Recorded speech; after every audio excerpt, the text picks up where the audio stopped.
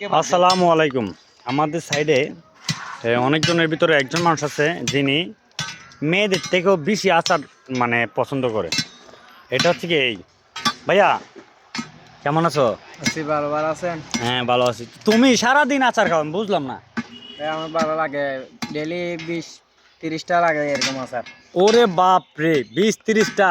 হ্যাঁ, একটার দাম কত? এটা 5 টাকা করে। একটা 5 টাকা? আই সর্বনাশ, এত টেস্টের আচার খাও? তার মানে তুমি, অনেকে আছেন ভাই, পান সিগারেট খাই, একটা নেশা। আমার নেশা হচ্ছে ওই বড়ই আপনার নেশা হচ্ছে কি আচার? আচার। শুধুই আচার? আচার ও, তার মানে কেউ আছে বিড়ি ঘুর, কেউ ফান ঘুর, কেউ সিগারেট ঘুর, আপনার হচ্ছে আচার ঘুর। আচার কর।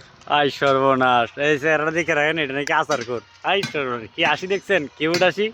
হ্যাঁ, মেয়েরা তো পাগল হয়ে যাবো। আপনার নাম্বার খুঁজলে কেমনে দিব আমি? নাম্বার হোয়াটসঅ্যাপের লিঙ্ক দিয়ে দিবেন আপনি। ও তাই তাই, আই সর্বনাশ।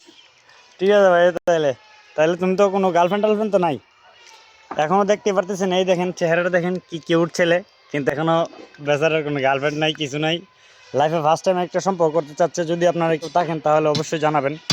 Comment box